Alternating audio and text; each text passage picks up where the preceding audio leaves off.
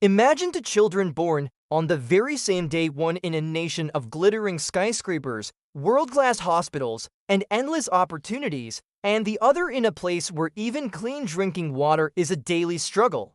Neither child chose where to be born, yet their futures will unfold in completely opposite directions. Why do some countries build massive wealth, global power, and advanced technology, while others remain trapped in poverty for generations? This single question has shaped the world for centuries, and today, as the gap between rich and poor nations continues to grow, it matters more than ever. In the next few minutes, we are going to uncover the real forces behind this global divide, forces far bigger than luck or destiny. The world often looks at rich countries and assumes they are smarter, more hardworking, or naturally superior. But the truth is far more complex, rooted in centuries of history, geography, leadership, and the systems countries built or failed to build. Some nations had the advantage of early trade routes, access to oceans, strong institutions, and strategic decisions that paid off for generations.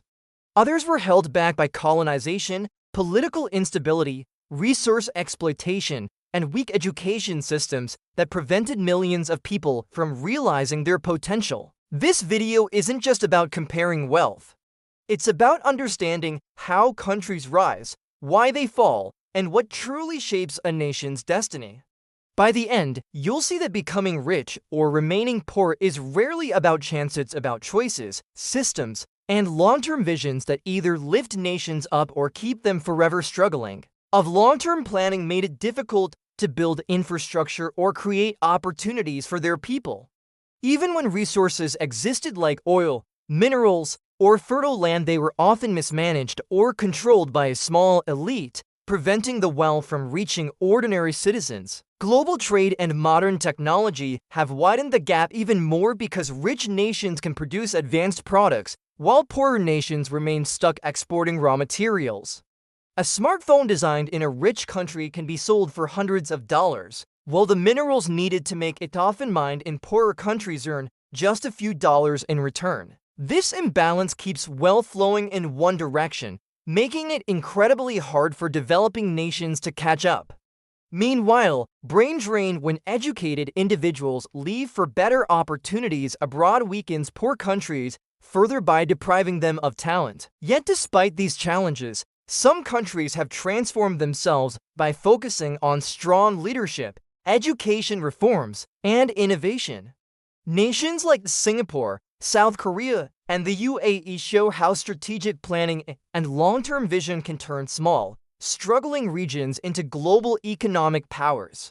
Their progress proves that the gap between rich and poor countries isn't fixed. It can be narrowed when a nation builds trustworthy institutions, invests in its people, and creates an environment where businesses and ideas can grow. Ultimately, the fate of a country depends on the decisions it makes, the values it prioritizes, and its willingness to adapt to a rapidly changing world. In the end, the divide between rich and poor countries isn't just a story of money, it's a story of choices, systems, and the courage to change. The nations that rise are the ones that invest in their people, nurture innovation, and build institutions that protect opportunity for everyone, not just a select few. And while history, geography, and past struggles shape where a country begins, they do not have to determine where it ends. The future belongs to the countries that learn, adapt, and fight for progress, because in a world that is constantly changing, the real wealth of a nation will always be the vision of its people and the strength of its decisions.